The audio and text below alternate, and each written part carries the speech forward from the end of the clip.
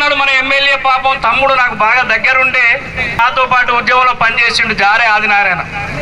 మొన్న వచ్చి ఏమన్నాడు, అశ్వారావుపేట మున్సిపాలిటీకి 40 కోట్లు నిధులు తెస్తా అన్నాడు. నేను అంటున్నా, తమ్మి జారే ఆదినారాయణ, 25 నెలలు ఏ పొక్కల పన్న ఈ 40 కోట్లు చెప్పు, ఎక్కడ పెట్టి ఇవాళ వస్తున్నావు జారే ఆదినారాయణ అని అడుగుతున్నా. ఆయన ఈ మధ్య ఏం చేస్తాడు, వార్డులకు పోయి అంట్లు తవ్వుతున్నాడు, ఇస్త్రీ చేస్తాడు, చికెన్ కొడుతున్నాడు. అయితే కొంతమంది మిత్రులు అడిగినట, ఏం ఆదినారాయణ ఎందుకు చికెన్ కొడుతున్నావు అంటే, జిల్లా స్పెషల్ల ఎన్నికల చిత్రాలని ఫోటో పడుతుంది అని వేస్తున్నట.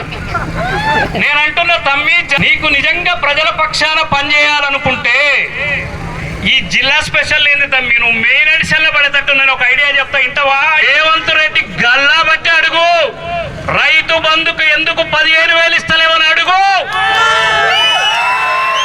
వృద్ధులకు 4,000 ఇస్తాను కదా రేవంత్ రెడ్డి, ఇయని గల్లా పట్టుకో. అప్పుడు నిన్ను ఈ జిల్లా స్పెషల్ ఏంది తమ్మి, నువ్వు మెయిన్ ఎడిషన్లలో పడతావు. ప్రజల పక్షాన ప్రజల కోసం పనిచేయాలి తప్ప దయచేసి వీధి నాటకాలు వద్దు జారే ఆదినారాయణ తమ్మి అని విజ్ఞప్తి చేస్తూ